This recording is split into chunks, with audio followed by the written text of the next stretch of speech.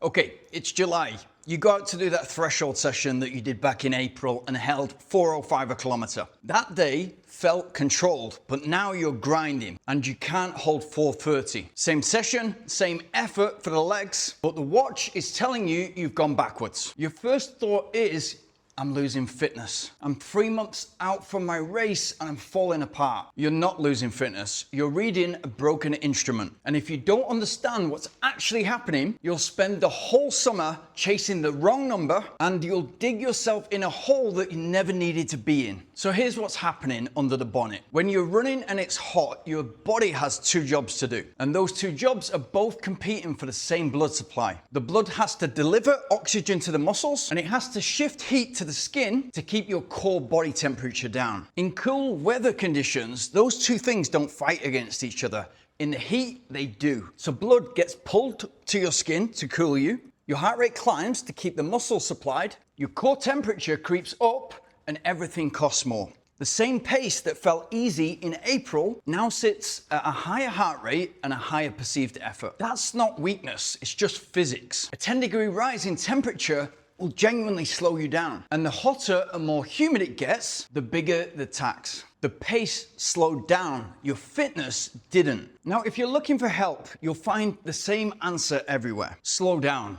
And that's not wrong, of course it's not wrong, but it stops one step short of useful because you'll find the chart and it'll have a calculation in something like temperature plus dew point equals a percentage, and then read your slower paces off a table. So 8:30 becomes 8:56. Look at what that actually does and ask yourself, where did that pace come from in the first place? For most runners, they pick a marathon 3 months, 4 months away, they set a goal, and that goal is based on what they want to achieve. And then the training paces are based on the fitness you're hoping to have on race day, 4 months from now, and not the fitness you've actually got today. And so the number was already a stretch to begin with. And as we get into summer and it gets hotter, the heat corrupts it further. And the chart then gives you a third number, still corrupted, just slower, but you're still anchored to pace. You've just been told to anchor to a slower version of a figure that was shaky to begin with. Some coaches will do better than this. They'll tell you to run to feel and use the torque test for easy and recovery runs. But it's usually buried in a long article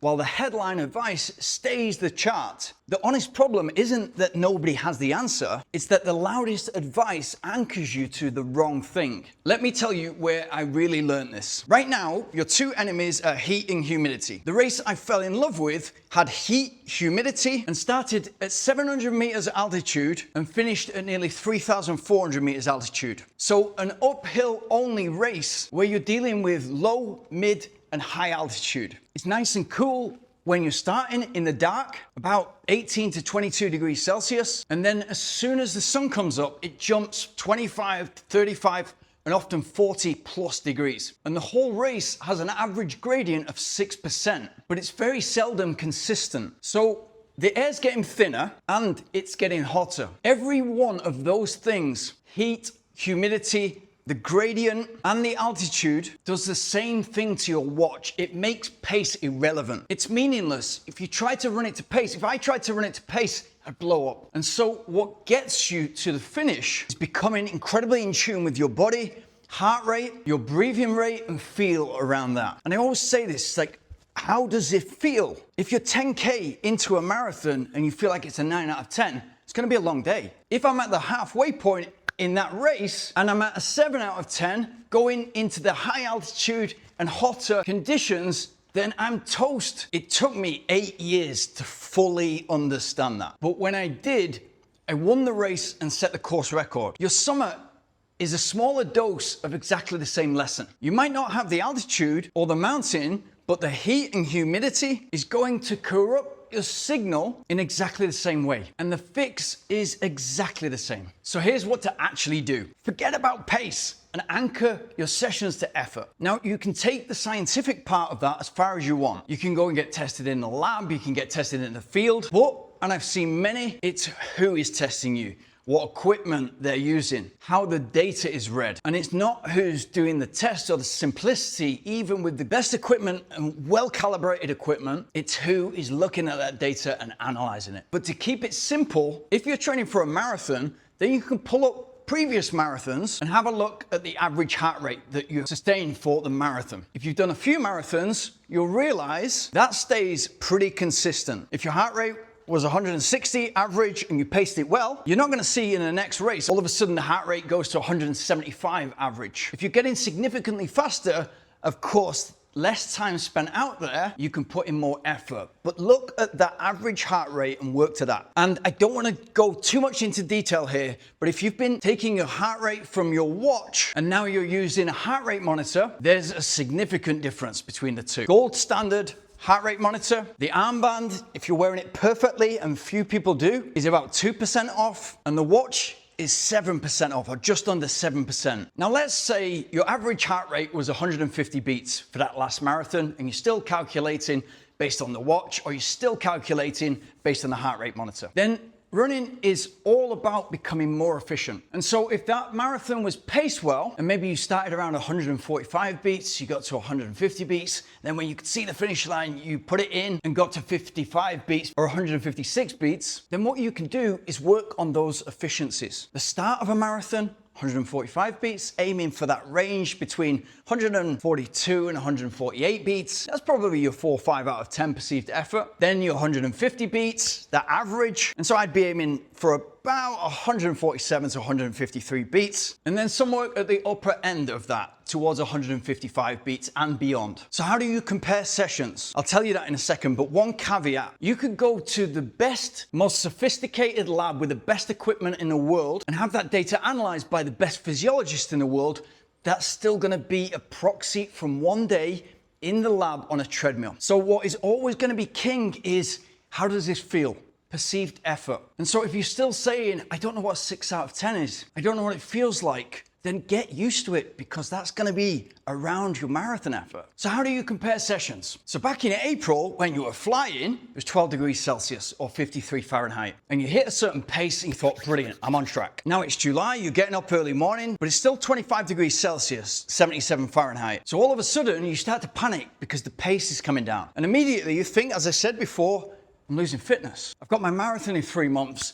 How am I going to do this when I can't do 6 times a mile at the pace that I want to hold for the whole marathon? You're not comparing apples for apples. And if you get this, then not only are you going to get quicker and improve throughout the summer, you're going to do more than that. You're going to get the adaptation from heat. And I'll come to that in a second. So that's 6 times a mile in April. You're flying, brought you out with a certain pace, but it also showed you what effort you could sustain over those 6 times a mile. And for example, that might have been 6 times a mile, and the average heart rate for each was 175 beats. Just an example, don't strive for the effort as well as the pace. Now, if you run that 6 times a mile and you're aiming for that same pace, 405 per kilometer, about 630 per mile, then of course it's gonna cost you way more. Not just in heart rate, the perceived effort is gonna be up. The cost on the body is gonna be much higher. It's not repeatable. And what you're doing at the same time is you're working on an efficiency it's not going to serve you in the marathon that you're training for. But if you run 6 times a mile in the heat and aim for that 170 average heart rate that you saw in the mile repeats in April, you're going to have a very similar experience to the April session. You've just got to let the ego slide and realize that July's 6 times a mile for the same heart rate cost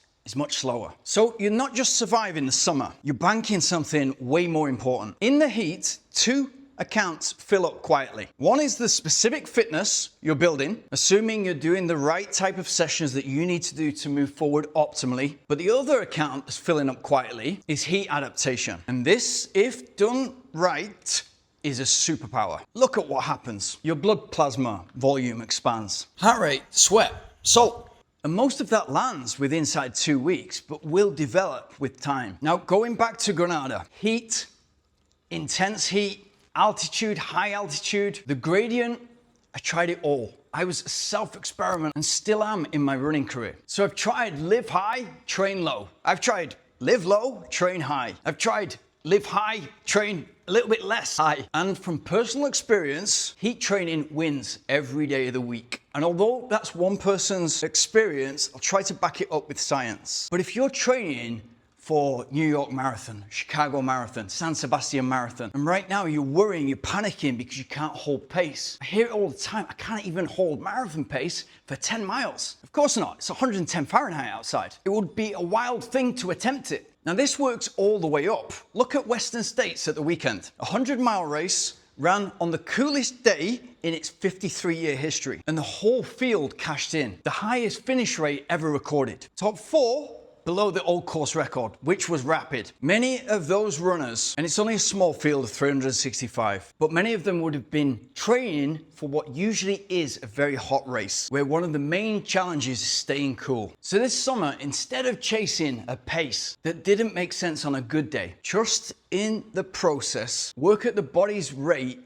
Make sure the work you're doing is repeatable, train the engine, bank the adaptations, and also have that heat working for you instead of fighting against it. I had a girl not long ago who I was coaching to, big dream of hers to run a Boston qualifying time, but she lives in a hot, humid country. So the big thing was exactly the same for me here, restraint. And she didn't run marathon pace in a long run for the entire block, her goal pace. But she was smart enough to choose a race where she would get close to optimal conditions. Good temperature, good humidity, and she was genuinely surprised, not just to be able to hit her goal and get that Boston qualifying time, but how controlled and manageable it was. I wrote her pacing guidance and she just followed it to a T through 5 segments of the marathon.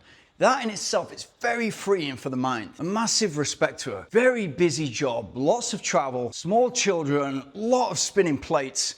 Still got to do the work, still got to have the discipline and make it happen and execute. If you want to build a system around you as a runner, if you want to do precisely the work that you need to do as an individual and load the progressions in a way that you're peaking in time, freshening up just in time so you can put all that good work to use in the race and then learn exactly how to pace a marathon. And you've got to be positive, like please don't bring, oh, what if this and what if that and what if, got to be committed. If that's you, then get in touch by booking a call in the link in the description.